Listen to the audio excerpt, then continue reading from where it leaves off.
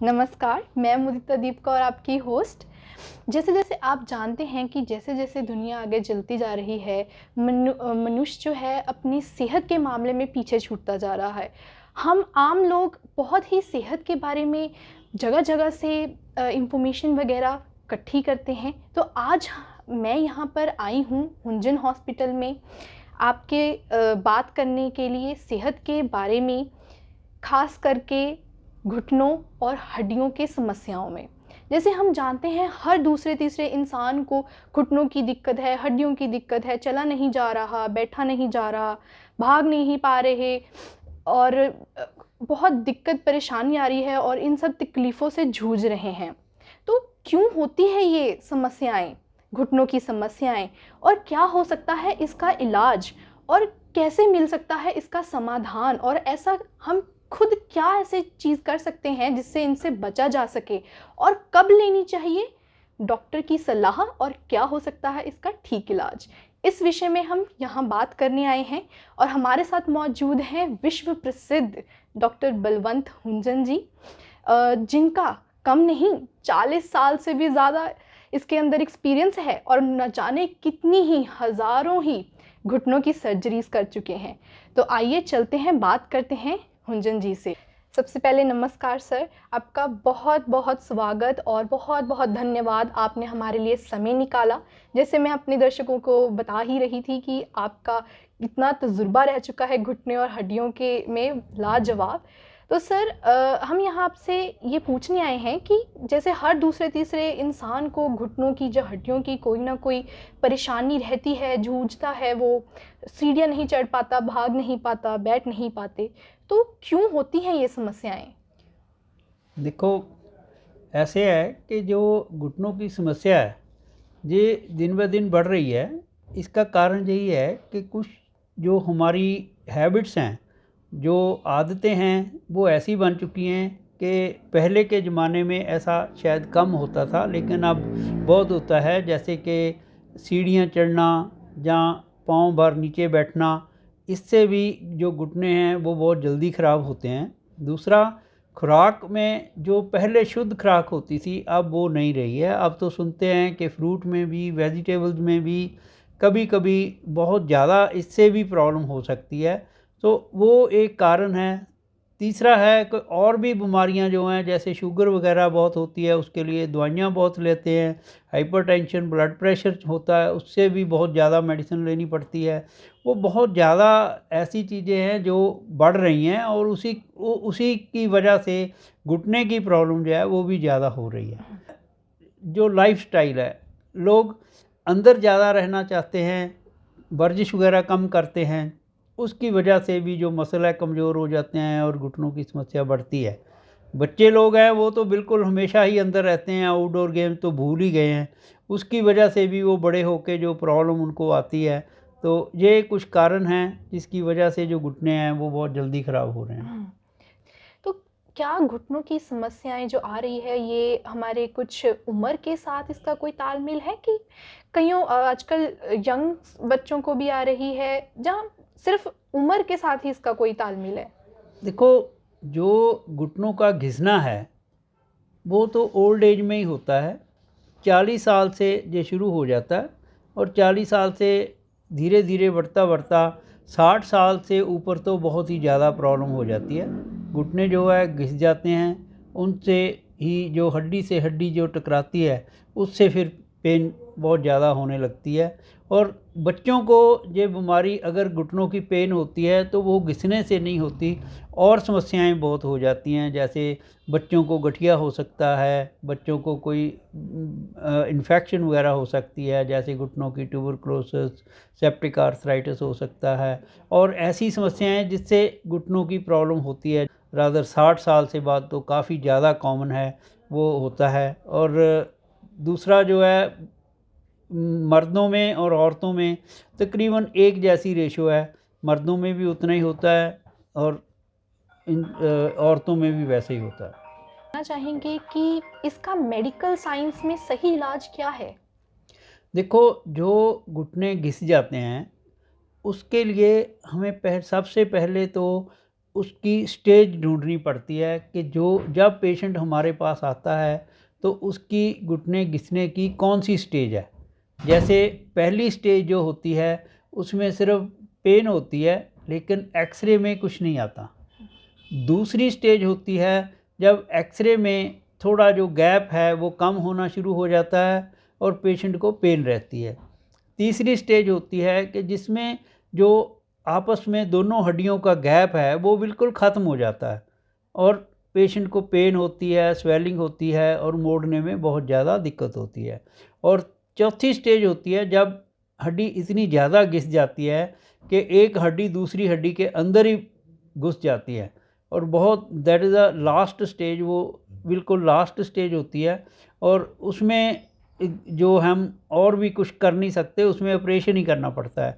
सो इसलिए पहली स्टेज में हम क्या करते हैं, जब और कोई एक्सरे वगैरह में नहीं होता तो सिर्फ दवाइयों से उसका काम चल जाता है। लेकिन जब दूसरी स्टेज आ जाती है तो उसमें हम बढ़िया जो इलाज है उसमें वो करते हैं, हम जो ग्रीस के इंजेक्शन हैं वो लगाते हैं और साथ में मेडिसिन देते हैं।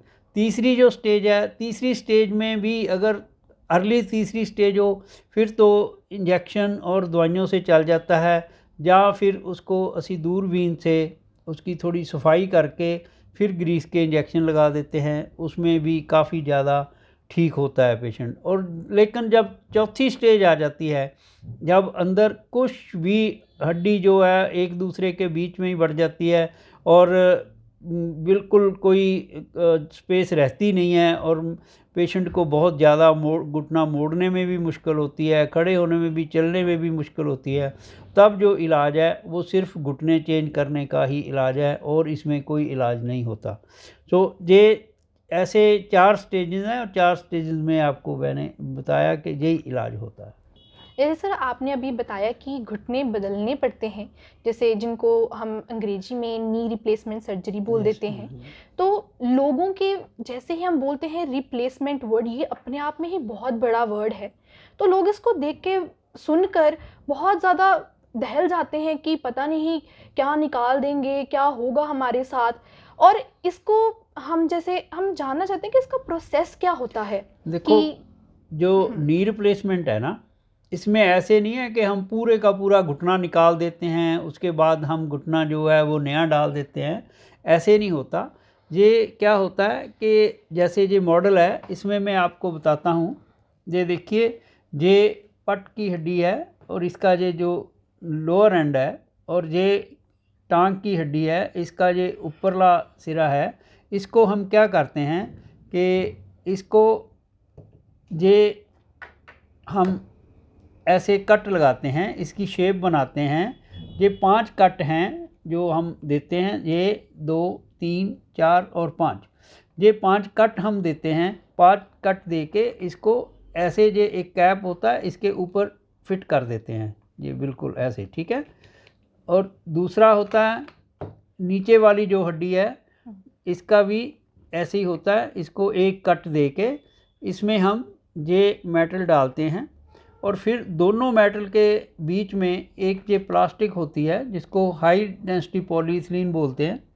ये हाई डेंसिटी पॉलीइथीलीन बीच में आ जाती है ताकि मेटल के साथ मेटल की रगड़ ना हो, और इसको घुटना जो कहते हैं टोटल नी रिप्लेसमेंट बोलते हैं। इसमें ऐसे नहीं होता कि पूरा का पूरा घुटना निकाल देते हैं, सिर्फ हड्डी को शेव करते हैं, ऊपर ऊपर से थोड़ा छिलते हैं और उसी से ये घुटना जो है वो चेंज हो जाता है। बिल्कुल इसके में डरने वाली कोई बात नहीं होती। अब तो हमने काफ़ी 75-7600 जो नी हैं वो हमने रिप्लेस कर दिए हैं अब तक। और सबसे बढ़िया बात ये है कि हमारे पास इसको चेंज करने के लिए अब रोबोट है। जो रोबोट है वो आम इंसान से बहुत बढ़िया रिप्लेसमेंट करता है क्योंकि उसमें कोई गलती नहीं होती। रोबोट को भी चलाते हम ही हैं और हम ही उसको सारा जो उसका सॉफ्टवेयर है, जो उसकी कंप्यूटर को फीड करते हैं, वो भी हम ही करते हैं। लेकिन उसके साथ जो हम नेक्ड आई से नहीं कर सकते, वो कंप्यूटर अपना काम करता है। उसमें आधा डिग्री भी इधर उधर नहीं होता। जो हड्डी काटते हैं वो आधा डिग्री भी इधर उधर नहीं होती, जो हम चाहते हैं वही होता है। पहले हम सीटी स्कैन करवाते हैं घुटने का, सीटी स्कैन से इसका 3D मॉडल तैयार होता है। उस मॉडल से हम आगे चलते हैं। जो उसकी फ़िटिंग होती है वो ऑपरेशन से पहले ही हमें पता होता है कि किस साइड का ये इम्प्लांट डलेगा, किस साइड की ये प्लास्टिक डलेगी, सब पहले ही हमें पता होता है और उसी के हिसाब से जो रोबोट है वो इसको कट देता है और फिर हम इसको डाल देते हैं। तो इसलिए इसमें डरने वाली कोई बात नहीं होती और दूसरे दिन ही पेशेंट जो है वो खड़ा हो सकता है, थोड़ा थोड़ा चल भी सकता है, लेकिन हफ्ते 10 दिन में तो पेशेंट बिल्कुल ठीक हो जाता है। उसको इस रोबोट से फ़ायदा क्या होता है कि ये जो इल्क अलाइनमेंट जो है वो 100% ठीक होती है। अंदर से मांस जो है वो भी हमें बहुत कम काटना पड़ता है और इसलिए हीलिंग बहुत बढ़िया होती है, उससे ब्लीडिंग भी कम होती है और जो पोस्ट ऑपरेटिव पेन है, ऑपरेशन के बाद की दर्द है, वो भी बहुत कम होती है। बहुत ही बढ़िया जानकारी आपने दी।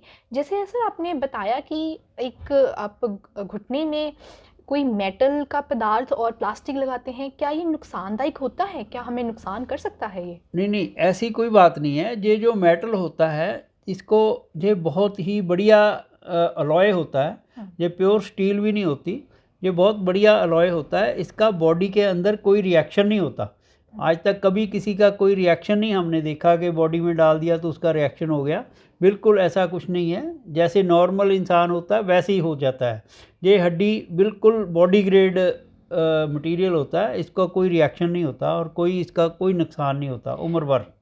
सर जैसे आपने बताया कि हम घुटने लगा दे ऐसे रिप्लेसमेंट, नी रिप्लेसमेंट हम कर रहे हैं, तो ये घुटने की कितनी गारंटी होती है? कब तक ये चलता है? इसकी कितनी लाइफ होती है? देखो, जो कंपनी हमें बताती है ये 35 से 40 साल तक चल जाता है। जैसे कि हम 60 साल के बाद अगर इसको रिप्लेस करते हैं तो लाइफ लॉन्ग, जैसे आप 85 और 90 की एज मान के चलो तो 60 साल के बाद अगर रिप्लेस हुआ तो बहुत ही बढ़िया रहता है। सारी उम्र किसी को कोई भी प्रॉब्लम नहीं आती।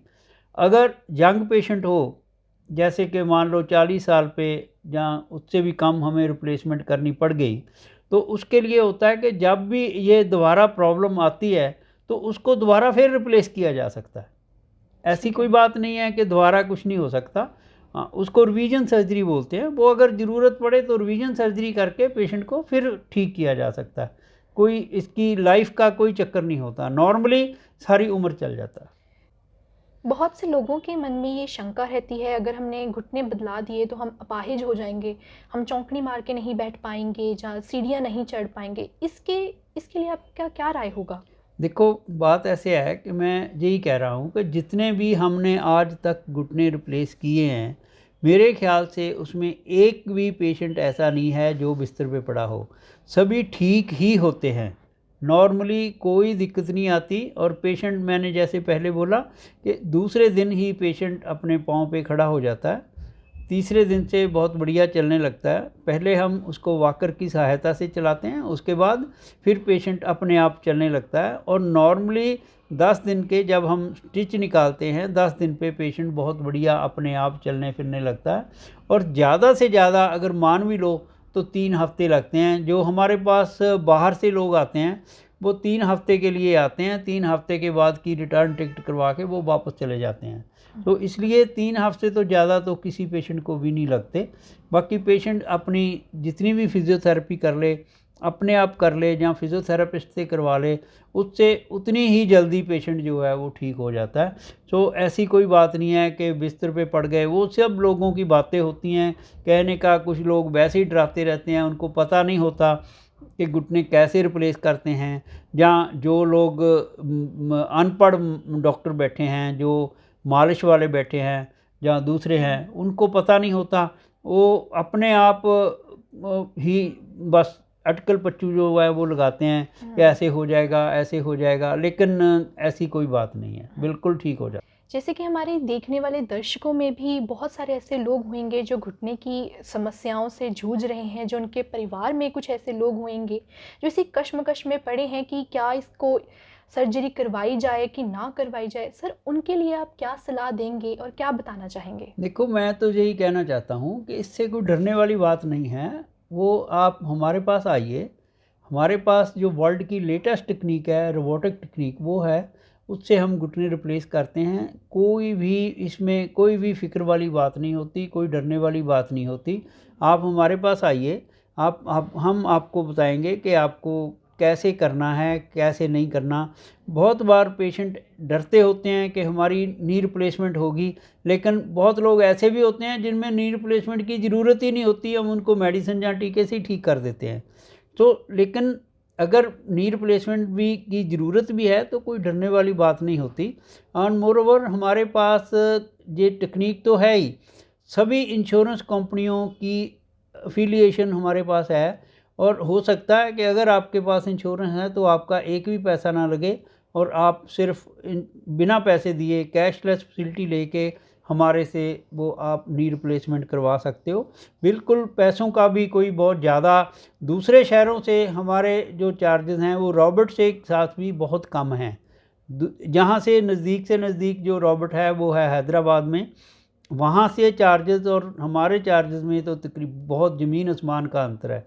इसलिए लुधियाना में जो है ये बहुत ही कम चार्जेस में हो रहा है, और वर्ल्ड की लेटेस्ट टेक्नोलॉजी है जिससे हम ये करते हैं, तो कोई भी फ़िक्र करने वाली बात नहीं है। आप जितनी जल्दी हो सकता है उतनी जल्दी आइए, क्योंकि लेट करने से क्या होता है कि जो मसल हैं, जो थाई मसल्स हैं, जो पट के मसल हैं, वो इतने ज़्यादा कमज़ोर हो जाते हैं कि उसके बाद रिप्लेस करने के बाद भी आपको बहुत टाइम लग सकता है ठीक होने को। इसलिए जितनी जल्दी हो सकता है और टाइम ना गंवाएं और हमारे पास आएँ, जितनी जल्दी हो सकता है तो नी रिप्लेसमेंट आप करवा लो। जल्दी से जल्दी आओगे तो जल्दी से जल्दी ठीक हो जाओगे।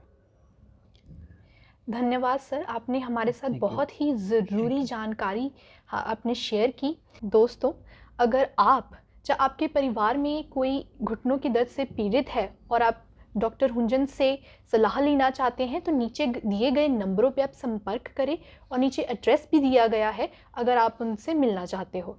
आपका बहुत बहुत धन्यवाद। आज के लिए इतना ही।